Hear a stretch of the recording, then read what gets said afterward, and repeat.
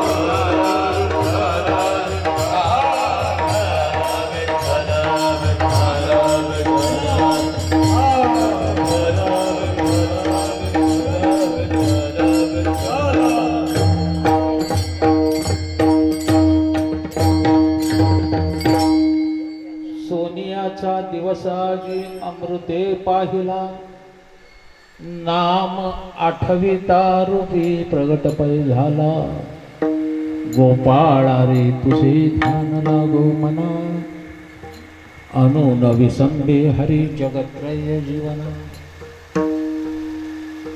तनु मनो शरण विनटलो तुझे पायी बाप रखमा देवीवरा वाचुनी अनुनेणे काही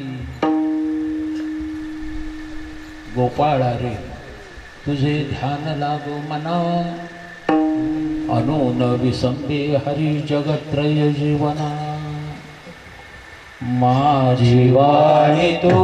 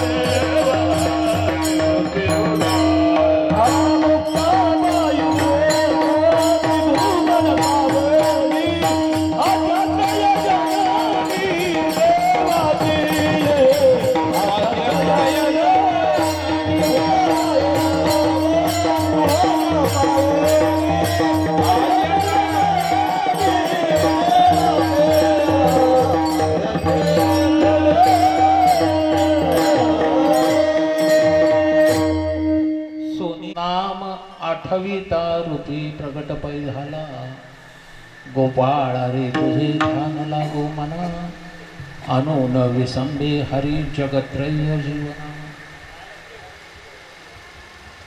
अच्छा या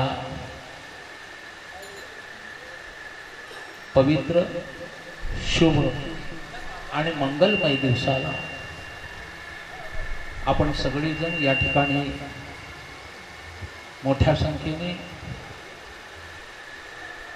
कोंढाळकर कुटुंबीय, उमठेकर कुटुंबीय, शेडगे परिवार या सगळ्यांच्या आग्रहात खातो आपण सगळे या ठिकाणी त्यांच्या नूतन गृहाच्या वास्तुपूजनार्थ त्यांनी आज या ठिकाणी आपल्या कुळदैवताचं आगमन, स्थापना फार मोठा आनंद उत्सव ह्या परिवारांमध्ये आहे. खरोखरच या दिवसाची आम्ही सगळेजण फार आतुरतेने वाट पाहतो.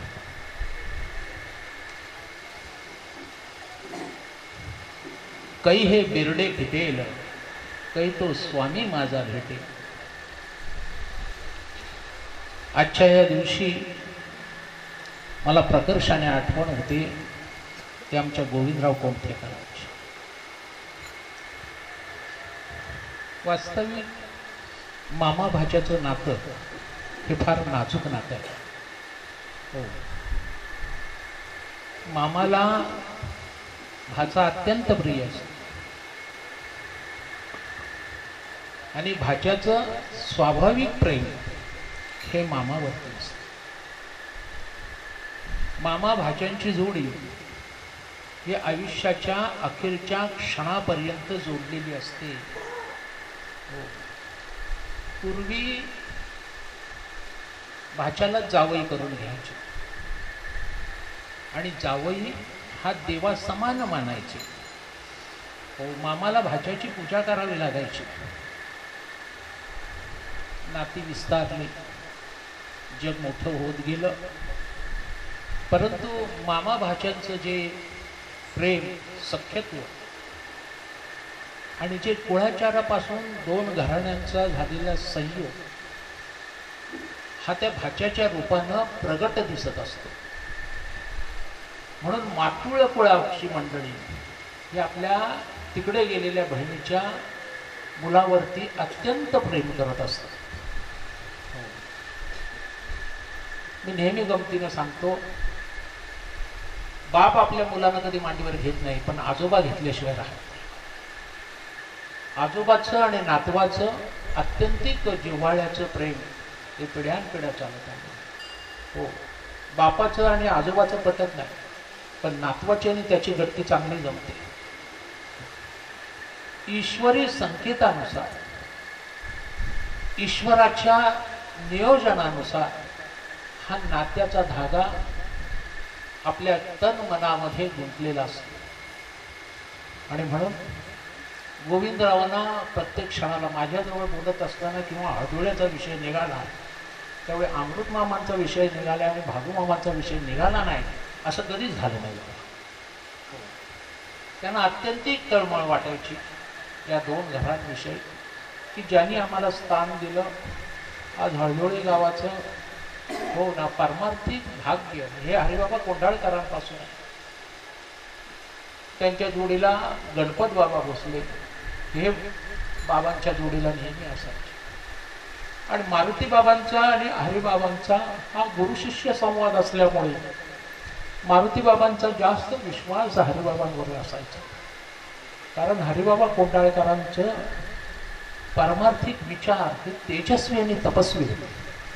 हो, दुर्दैवाने अशोक मामांना फार अल्प आयुष्य लाभलं, परंतु ह्या आमच्या कुटुंबाचा आणि कोंढाळकर बाबांचा हो अतिशय जिव्हाळ्याचा, प्रेमाचा, श्रद्धेचा संबंध. मारुती बाबा गेल्यानंतर माऊलीने कोंढाळकर बाबांनाच वडील मानले. प्रत्येक काही कोणताही विषय असेल तर तो कोंढाळकर बाबांना विचारल्याशिवाय माऊलीने पुढे पाऊल टाकलेलं नाही. हे सत्य आहे. हो, कोंढाळकर बाबांच्या साधनेचा धाक असा होता. हो, ते लौकिक अर्थाने कीर्तनकार नव्हते, पण काही माणसं ही पारमार्थिक विचारांना श्रद्धेने बांधलेली असतात. इतके असतात की त्यांनी ते पारमार्थिक विचार जगण्यात आणलेले असतात. आणि ज्यावेळी पारमार्थिक विचार जगण्यात आणतो त्यावेळी तो साधनेने इतर मंडळींपेक्षा वेगळा ठरतो. कोंढाळकर बाबा हे त्यापैकी होते. कोंढावळ्यावरून आलेली मंडळी, मला वाटतं आज कोंढावळ्यावरून या ठिकाणी आलेली आहेत मंडळी. सातारा जिल्ह्यातून रायगड जिल्ह्यात स्थलांतरित झालेले आणि हे आमच्या पोलादपूर तालुक्याचे भजनामध्ये, परमार्थामध्ये एकापेक्षा एक सुंदर अशी गुणीरत्न ह्या कुटुंबात जन्माला झाली. हे खरोखरच हे सगळे कोंढाळकर बाबांचे, मारुती बाबांचे, माऊलींचे आशीर्वाद. एक मूल आपल्याला प्रपंचात आपल्या घडवता येत नाही. तिथे पिढीच्या पिढ्या घडवल्या जातात आणि उत्तम आपल्या गुणाने जगताला सफलित करतात. हे खरोखरच भाग्य.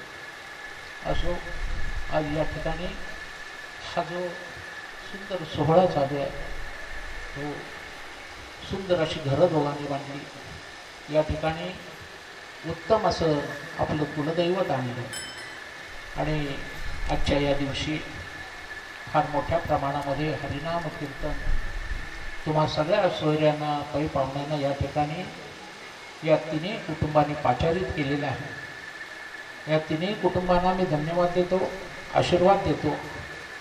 आणि ह्या दिवसाचं वर्णन करावं म्हणून ज्ञानेश्वर महाराजांचा हा 3 चरणाचा गोड असा अभंग आहे. सोनियाचा दिवस आज अमृते पाहिला, नाम आठविता प्रगट पहिला. आजचा दिवस हा आपल्या सगळ्यांच्या दृष्टीने, विशेषतः ज्यांच्याकडे हे कार्य आहे त्यांच्या दृष्टीने सोन्याचा दिवस आहे. हो, दिवस चांगला कोणता? मी नेहमी सांगत असतो, दिवस चांगला कोणता? आपल्याकडे 3.5 दिवसाचे मुहूर्त आहे. चैत्र शुद्ध पाडवा, प्रतिपदा काल झालेला, दसरा, अक्षय तृतीया आणि दिवाळीचा अर्धा दिवस. हे 3.5 दिवस आपण पवित्र आहेत असं मानतो. परंतु दसरा पवित्र आहे, पण त्या दिवशी तुम्ही एखाद्याबरोबर भांडण केलं आणि राग अनावर होऊन एखाद्याच्या पोटात सुरा खुपसला तर तो दिवस पवित्र आहे का? नाही हो. त्या दिवशी तुम्हाला जेलमध्ये जावं लागतं. आपल्या आचरणावरून दिवस चांगला की वाईट हे ठरत असतं. दिवाळीचा दिवस चांगला आहे, पण सकाळी उठले आणि नळाच्या पाण्यावरून शेजाऱ्याबरोबर भांडण केलं, पाडवा चांगला जाईल का? नाही. मग दिवस चांगला कोणता? दिवस चांगला कोणता? महात्मे म्हणतात तो दिवस चांगला. पाडवा चांगला, दसरा चांगला, अक्षय तृतीया चांगली? नाही.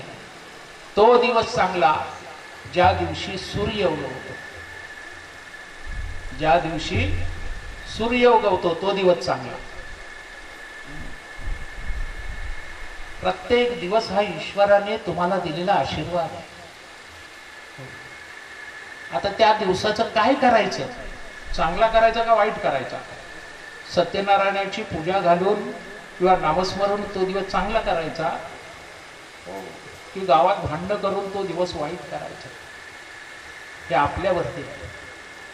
दिवस ईश्वराने दिलेली तुम्हाला जगण्याची एक कर्तव्य दाखवण्याची एक संधी आहे. हो, त्या संधीचं सोनं करायचं की माती करायची हे आपल्यावरती अवलंबून. प्रत्येक दिवस चांगलाच आहे. जर आपलं कृत्य चांगलं असेल, हो, तर अमावस्येच्या दिवशी सुद्धा पौर्णिमा होऊ शकते. कित्येक मंडळी चांगलं कार्य करायला घेतात आणि कॅलेंडरमध्ये बघतात, अमावस्या आहे, कसं होणार? तुझी नीती चांगली असेल, तुझा आचार चांगला असेल तर अमावस्येच्या दिवशी सुद्धा चांगली कार्य होतात. जर नीती वाईट असेल तर पौर्णिमेच्या दिवशीही तुझ्याकडून वाईट कृत्य घडू शकेल. म्हणून दिवस चांगला की वाईट हे आपल्या कर्तबगारीवर अवलंबून आहे. कर्तबगारीवर अवलंबून आहे. आज मोठ्या भाग्याचा दिवस. ज्ञानेश्वर महाराज म्हणतात, धन्य दिवस जे झाला सोनियाचा,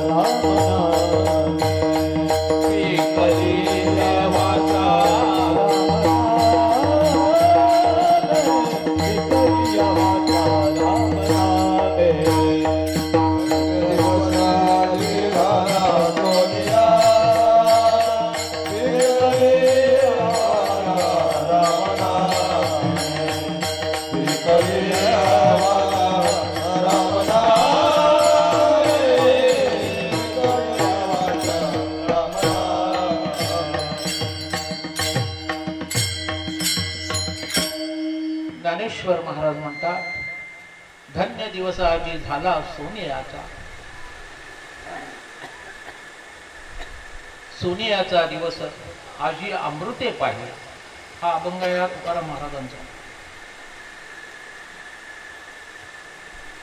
सोनियाचा दिवस आजी अमृते पाहिला, नाम आठविता रूपी प्रगट पाहिजे.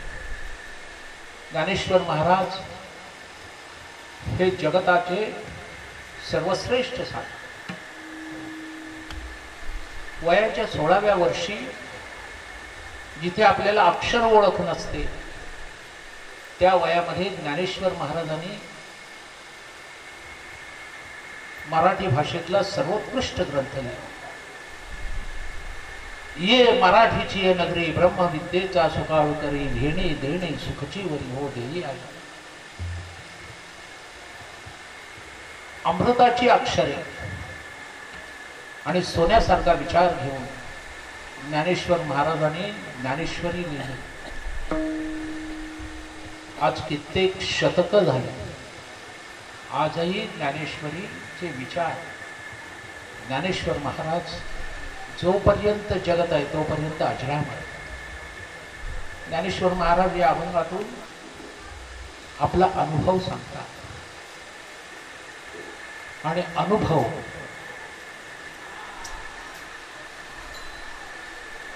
हा हजारो ग्रंथांपेक्षा एक अनुभव सर्वश्रेष्ठ. हो, लोकांनी कितीही शिकवलं, कितीही मोठी पुस्तकं वाचली, तरी सुद्धा स्वतःला आलेला अनुभव माणसाला दीर्घकाळ लक्षात राहतो, वाचलेलं लक्षात राहत नाही.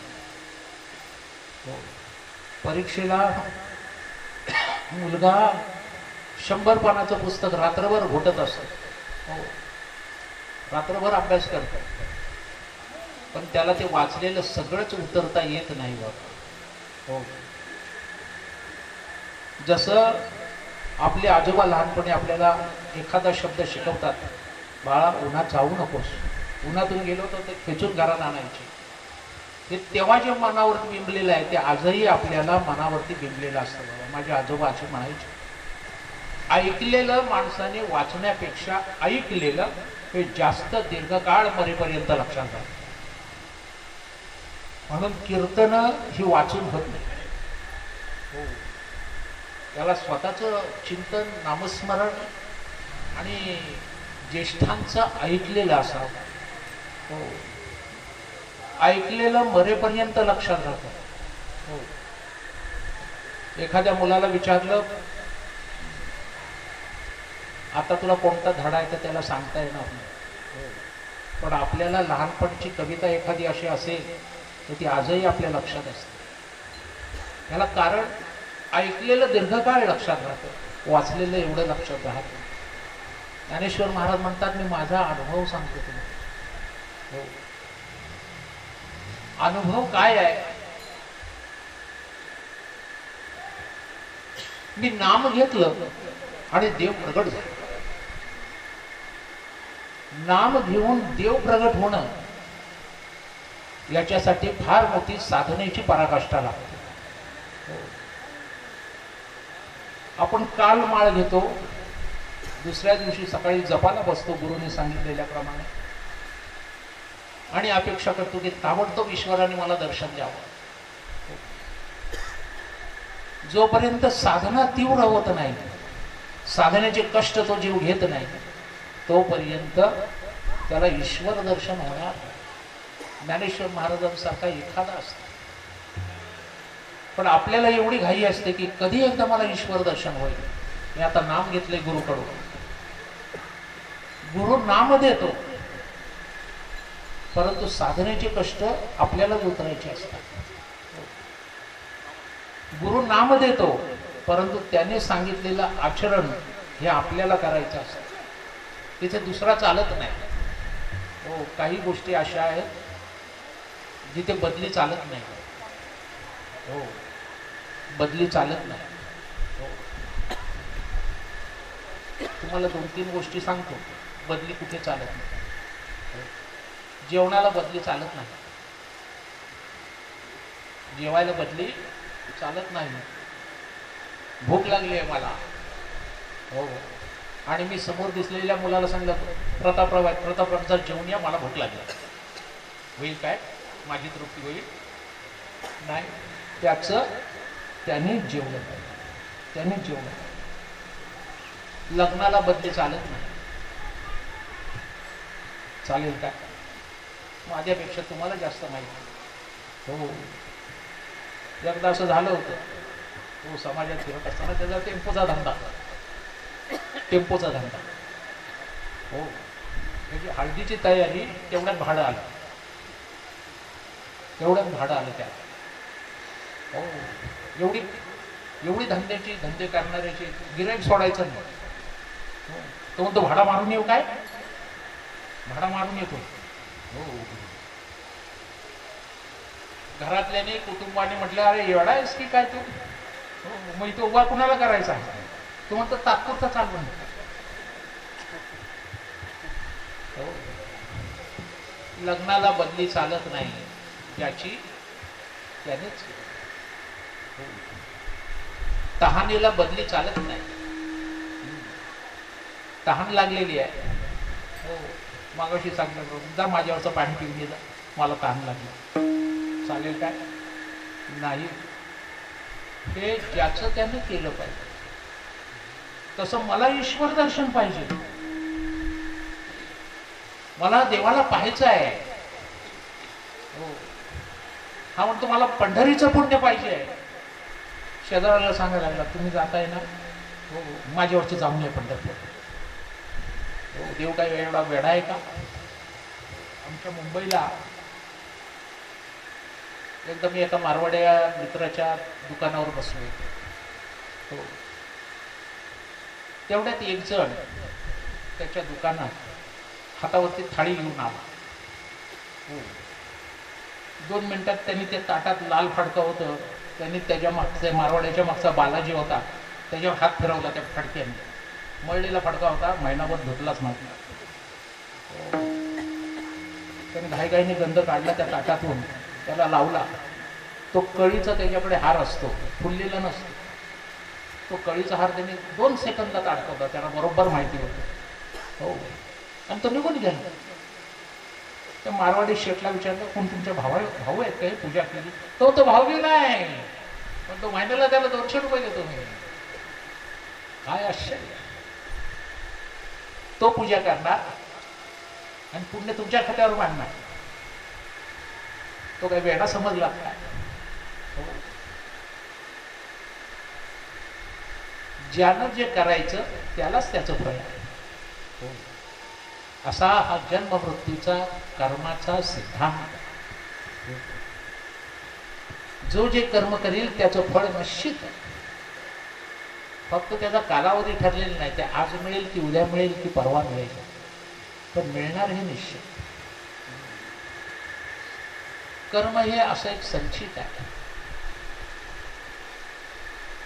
माणूस सत्कर्माची जाहिरात करतो आणि पाप कर्म लपवून करतो.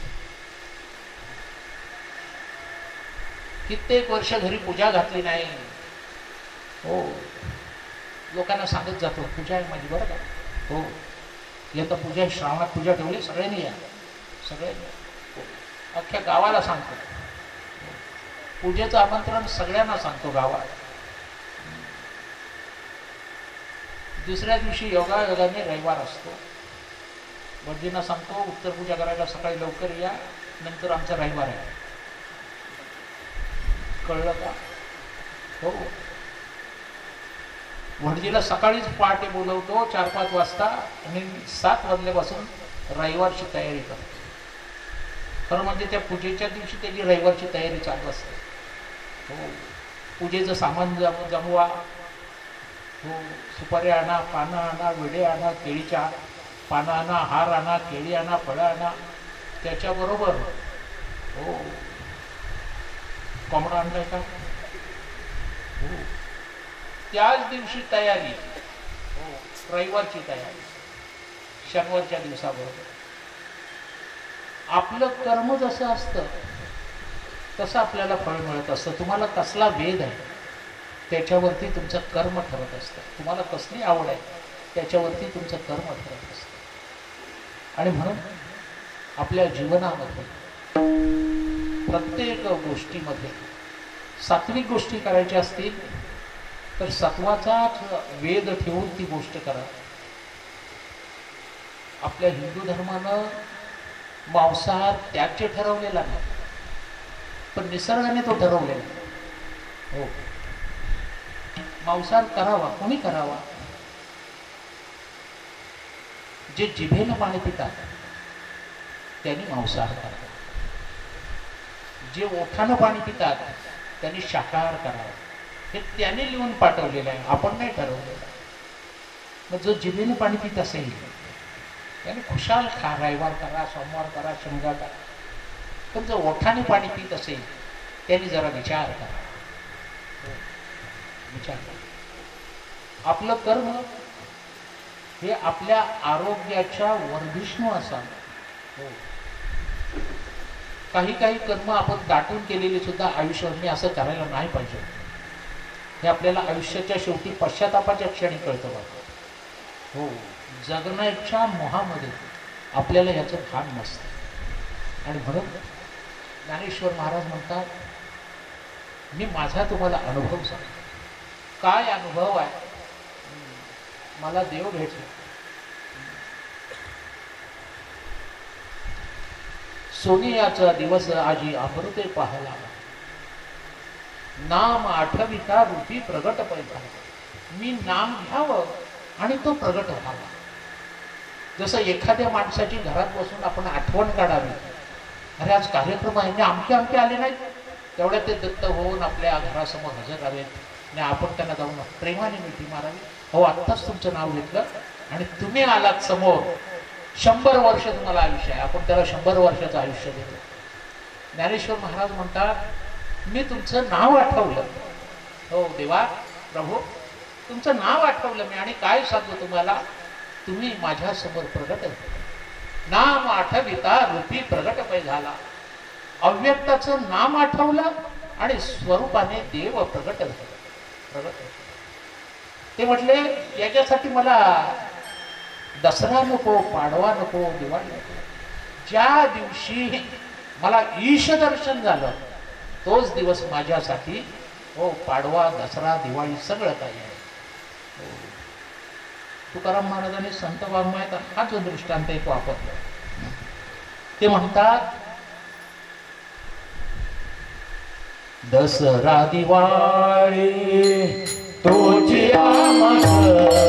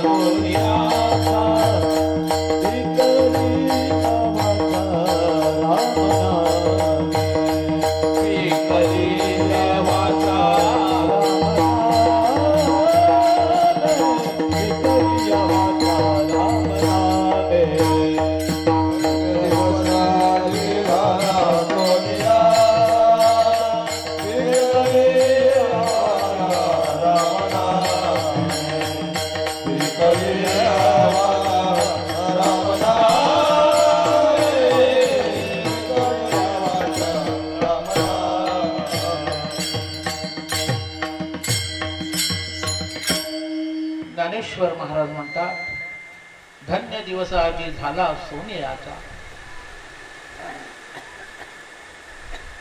सोनियाचा दिवस आजी अमृते पाहिले. हा अभंग या तुकाराम महाराजांचा. सोनियाचा दिवस आजी अमृते पाहिला, नाम आठविता रूपी प्रगट पाहिजे. ज्ञानेश्वर महाराज हे जगताचे सर्वश्रेष्ठ साधक. वयाच्या 16व्या वर्षी जिथे आपल्याला अक्षर ओळख नसते त्या वयामध्ये ज्ञानेश्वर महाराजांनी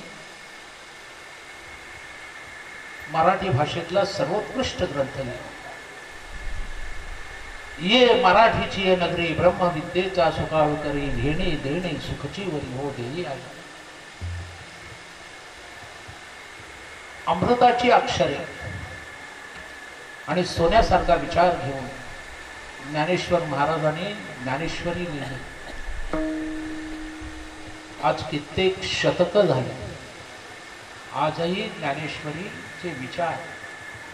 ज्ञानेश्वर महाराज जोपर्यंत जगत आहे तोपर्यंत अजराम आहे. ज्ञानेश्वर महाराज या अभंगातून आपला अनुभव सांगतात आणि अनुभव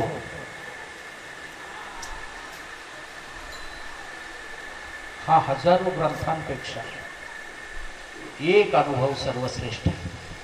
हो, लोकांनी कितीही शिकवलं, कितीही मोठी पुस्तकं वाचली तरी सुद्धा स्वतःला आलेला अनुभव माणसाला दीर्घकाळ लक्षात राहतो, वाचलेलं लक्षात राहत नाही. हो, परीक्षेला मुलगा 100 पानाचं पुस्तक रात्रभर घोटत असतो. हो, रात्रभर अभ्यास करतो, पण त्याला ते वाचलेलं सगळंच उतरता येत नाही बाबा. हो, जसं आपले आजोबा लहानपणी आपल्याला एखादा शब्द शिकवतात, बाळा उन्हात जाऊ नकोस, उन्हातून गेलो तर ते खेचून घरात आणायचे. हे तेव्हा जे मनावरती बिंबलेलं आहे ते आजही आपल्याला मनावरती बिंबलेलं असतं. बाबा माझे आजोबा असे म्हणायचे. ऐकलेलं माणसाने वाचण्यापेक्षा ऐकलेलं हे जास्त दीर्घकाळ मरेपर्यंत लक्षात राहतं. म्हणून कीर्तनं ही वाचून होत नाही. हो, त्याला स्वतःचं चिंतन, नामस्मरण आणि ज्येष्ठांचं ऐकलेलं असावं. हो, ऐकलेलं मरेपर्यंत लक्षात राहतं. हो, एखाद्या मुलाला विचारलं आता तुला कोणता धडा आहे तर त्याला सांगता येणार नाही. पण आपल्याला लहानपणची कविता एखादी अशी असेल तर ती आजही आपल्या लक्षात असते. याला कारण ऐकलेलं दीर्घकाळ लक्षात राहतं, वाचलेलं एवढं लक्षात राहत नाही. ज्ञानेश्वर महाराज म्हणतात, मी माझा अनुभव सांगतो तुम्हाला. हो, अनुभव काय आहे? मी नाम घेतलं आणि देव प्रगट झाला. नाम घेऊन देव प्रगट होणं याच्यासाठी फार मोठी साधनेची पराकाष्ठा लागते. आपण काल माळ घेतो, दुसऱ्या दिवशी सकाळी जपाला बसतो गुरुने सांगितलेल्याप्रमाणे आणि अपेक्षा करतो की ताबडतोब ईश्वराने मला दर्शन द्यावं. जोपर्यंत साधना तीव्र होत नाही, साधनेचे कष्ट तो जीव घेत नाही, तोपर्यंत त्याला ईश्वर दर्शन होणार. ज्ञानेश्वर महाराजांसारखा एखादा असतो. पण आपल्याला एवढी घाई असते की कधी एकदा मला ईश्वर दर्शन होईल. मी आता नाम घेतले गुरुकडून, गुरु नाम देतो, परंतु साधनेचे कष्ट आपल्यालाच उतरायचे असतात. गुरु नाम देतो, परंतु त्याने सांगितलेलं आचरण हे आपल्याला करायचं असतं. तिथे दुसरा चालत नाही. हो, काही गोष्टी अशा आहेत जिथे बदली चालत नाही. हो, बदली चालत नाही. हो, तुम्हाला 2-3 गोष्टी सांगतो. बदली कुठे चालत नाही. जेवणाला बदली चालत नाही. जेवायला बदली चालत नाही. भूक लागली आहे मला, हो, आणि मी समोर दिसलेल्या मुलाला सांगितलं प्रतापराव जेवून या, मला भूक लागली. होईल काय? माझी तृप्ती होईल नाही. त्याने जेवलं पाहिजे. त्याने जेवलं पाहिजे. लग्नाला बदली चालत नाही. चालेल काय? माझ्यापेक्षा तुम्हाला जास्त माहिती. हो, एकदा असं झालं होतं. तो समाजात फिरत असताना त्याचा टेम्पोचा धंदा. हो, त्याची हळदीची तयारी तेवढ्यात भाडं आलं. त्याला. हो, एवढी धंदे करणाऱ्याची गिऱ्हाईक सोडायचं नाही. हो, तो म्हणतो भाडा मारून येऊ काय? भाडा मारून येतो. हो, घरातल्याने कुटुंबाने म्हटलं अरे एवढा आहेस की काय तू? हो, मग इथं उभा कुणाला करायचा? तो म्हणतो तात्पुरता चालवून. हो, लग्नाला बदली चालत नाही. त्यानेच. हो, तहानेला बदली चालत नाही. तहान लागलेली आहे. हो, मागाशी सांगितलं जा माझ्यावरचं पाणी पिऊन ये जा, मला तहान लागली. चालेल काय? नाही. हे ज्याचं त्यानं केलं पाहिजे. तसं मला ईश्वर दर्शन पाहिजे. मला देवाला पाहायचं आहे. हो, हा म्हणतो मला पंढरीचं पुण्य पाहिजे आहे. शेजाऱ्याला सांगायला लागला तुम्ही जाताय ना? हो, माझ्यावरची जाऊन ये पंढरपूर. हो, देव काय एवढा वेडा आहे का? आमच्या मुंबईला एकदा मी एका मारवाड्या मित्राच्या दुकानावर बसलो. हो, तेवढ्यात एक जण त्याच्या दुकानात हातावरती थाळी घेऊन आला. हो, 2 मिनिटात त्यांनी त्या ताटात लाल फडकं होतं. त्यांनी त्याच्या मागच्या मारवाड्याच्या मागचा बालाजी होता त्याच्यावर हात फिरवला त्या फडक्याने. मळलेला फडका होता, महिनाभर धुतलाच नव्हता. हो, त्याने घाईघाईने गंध काढला त्या ताटातून, त्याला लावला. तो कळीचा त्याच्याकडे हार असतो, फुललेला नसतो. तो कळीचा हार त्यांनी 2 सेकंदात अडकवला. त्याला बरोबर माहिती होतं. हो, आणि तो निघून गेला. त्या मारवाडी शेठला विचारलं कोण तुमच्या भाऊ आहेत काही पूजा केली? तो भाऊ नाही, पण तो महिन्याला त्याला 200 रुपये देतो मी. काय आश्चर्य. तो पूजा करणार आणि पुण्य तुमच्या खात्यावर मांडणार. तो काही वेडा समजला काय? हो, ज्यानं जे करायचं त्यालाच त्याचं फळ आहे. हो, असा हा जन्म मृत्यूचा कर्माचा सिद्धांत. जो जे कर्म करील त्याचं फळ निश्चित आहे. फक्त त्याचा कालावधी ठरलेला नाही. ते आज मिळेल की उद्या मिळेल की परवा मिळेल, पण मिळणार हे निश्चित. कर्म हे असं एक संचित आहे. माणूस सत्कर्माची जाहिरात करतो आणि पाप कर्म लपवून करतो. कित्येक वर्ष घरी पूजा घातली नाही. हो, लोकांना सांगत जातो पूजा आहे माझी बरं का. हो, येतं पूजा, श्रावणात पूजा ठेवली, सगळ्यांनी या, सगळ्यांनी. अख्ख्या गावाला सांगतो. पूजेचं आमंत्रण सगळ्यांना सांगतो गावात. दुसऱ्या दिवशी योगायोगाने रविवार असतो. भटजींना सांगतो उत्तर पूजा करायला सकाळी लवकर या, नंतर आमचा रविवार आहे. कळलं का? हो, भटजीला सकाळीच पहाटे बोलवतो 4-5 वाजता आणि 7 वाजल्यापासून रविवारची तयारी करतो. खरं म्हणजे त्या पूजेच्या दिवशी त्याची रविवारची तयारी चालू असते. हो, पूजेचं सामान जमवा. हो, सुपाऱ्या आणा, पानं आणा, विडे आणा, केळीच्या पानं आणा, हार आणा, केळी आणा, फळं आणा. त्याच्याबरोबर हो कोंबडा आणलाय का? हो, त्याच दिवशी तयारी. हो, रविवारची तयारी. शनिवारच्या दिवसाबरोबर आपलं कर्म जसं असतं तसं आपल्याला फळ मिळत असतं. तुम्हाला कसला वेद आहे त्याच्यावरती तुमचं कर्म ठरत असतं. तुम्हाला कसली आवड आहे त्याच्यावरती तुमचं कर्म ठरत असतं. आणि म्हणून आपल्या जीवनामध्ये प्रत्येक गोष्टीमध्ये सात्विक गोष्टी करायच्या असतील तर सत्वाचाच वेद ठेवून ती गोष्ट करा. आपल्या हिंदू धर्मानं मांसाहार त्याचे ठरवलेला नाही, पण निसर्गाने तो ठरवलेला. हो, मांसाहार करावा. कोणी करावा? जे जिभेनं पाणी पितात त्यांनी मांसाहार करावा. जे ओठानं पाणी पितात त्यांनी शाकाहार करावा. हे त्याने लिहून पाठवलेलं आहे, आपण नाही ठरवलेलं.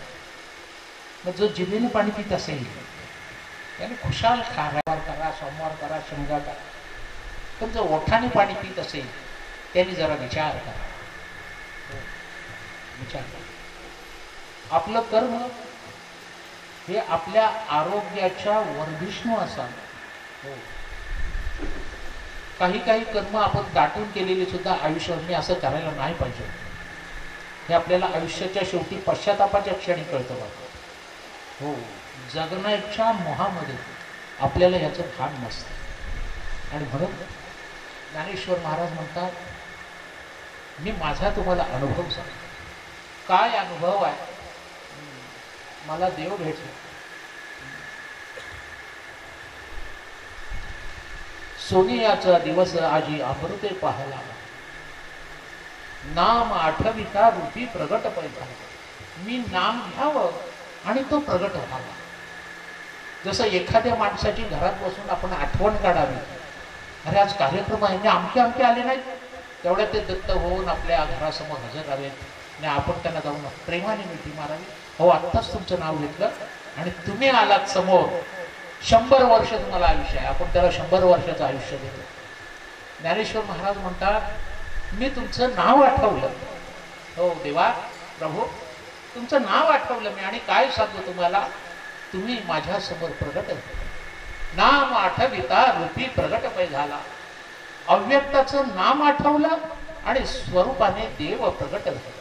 प्रगट. ते म्हटले, याच्यासाठी मला दसरा नको, पाडवा नको, दिवाळी नको. ज्या दिवशी मला ईश दर्शन झालं तोच दिवस माझ्यासाठी. हो, पाडवा, दसरा, दिवाळी सगळं काही आहे.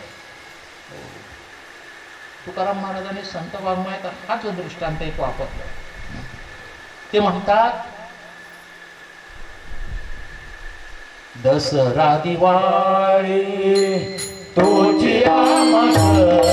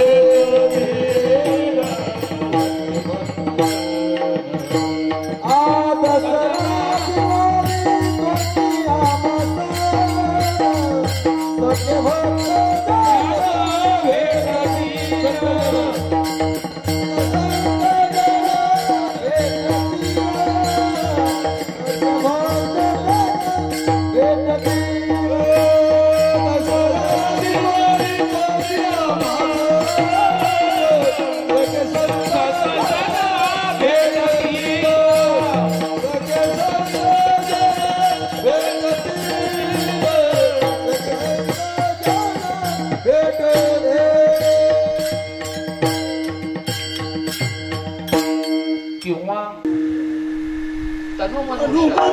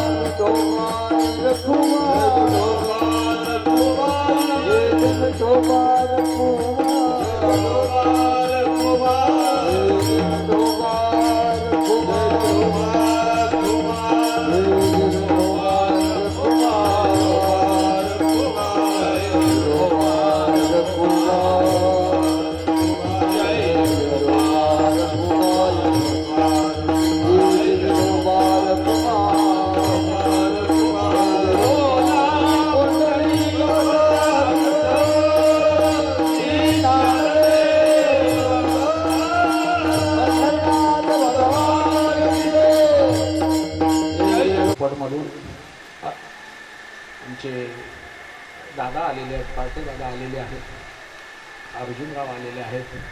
हो, गावातून पण आमचे वरचे बावलीतून कृष्णा दादा आलेले आहेत.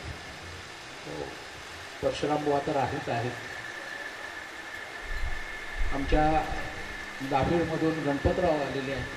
हो, अगोंडे दादा, नारायण बुवा, गावातून खोपकर, भोसले सगळी मंडळी आलेली आहेत. कोतवालमधून आमचे अविनाश शिंदे आलेले आहेत, बबन शिंदे आलेले आहेत. ते पंख्याच्या आड बसलेले आहेत, मी दिसू नये म्हणून. सगळ्या मंडळींनी येऊन या मंडळींना आज शुभाशीर्वाद दिलेला आहे. सगळ्या गावाला आनंद झालेला आहे, सगळ्या संप्रदायाला आनंद झालेला आहे. खरोखरच आजचा दिवस हा या तिन्ही कुटुंबाचा सोन्याचा दिवस आहे, दिवाळीचा दिवस आहे. देव करो तुमच्यातलं प्रेम, सख्य आणि कौटुंबिक आस्था ही कायम राहो, अखंड टिको, फुलो, फळो आणि वाढो अशी मी ईश्वराला प्रार्थना करतो आणि या कीर्तनरूपी सेवेला पूर्ण विनंती करतो. ज्ञानेश्वर माऊली, ज्ञानराज माऊली,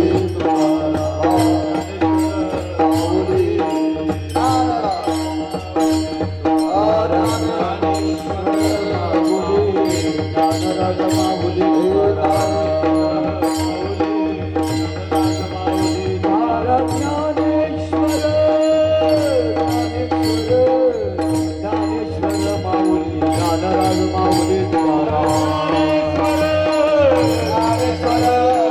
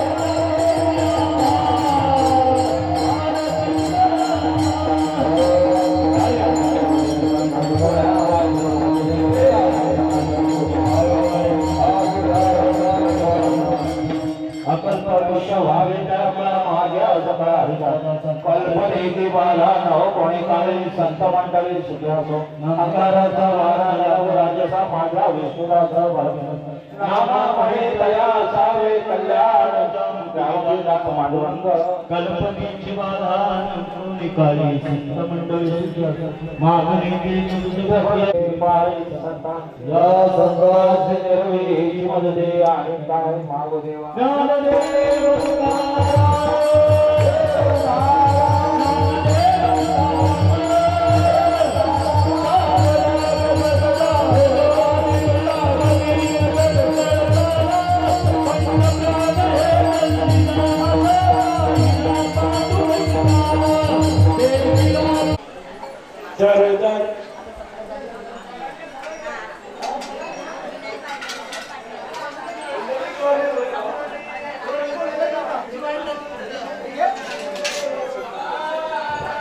पुंडलिक वरदे हरी विठ्ठल श्री ज्ञानदेव तुकाराम श्री प्रारंभी विनंती करू गणपती विद्या दया सागरा अज्ञानत्व हरोने बुद्धिमती दे आराध्य मोरेश्वरा चिंता क्लेश दुःख दारिद्र्य वगे देशांतरा पाठवी हे रंभा गणनायका गजमुखा भक्ता बहुतोषवी पुंडलिक वरदे हरी विठ्ठल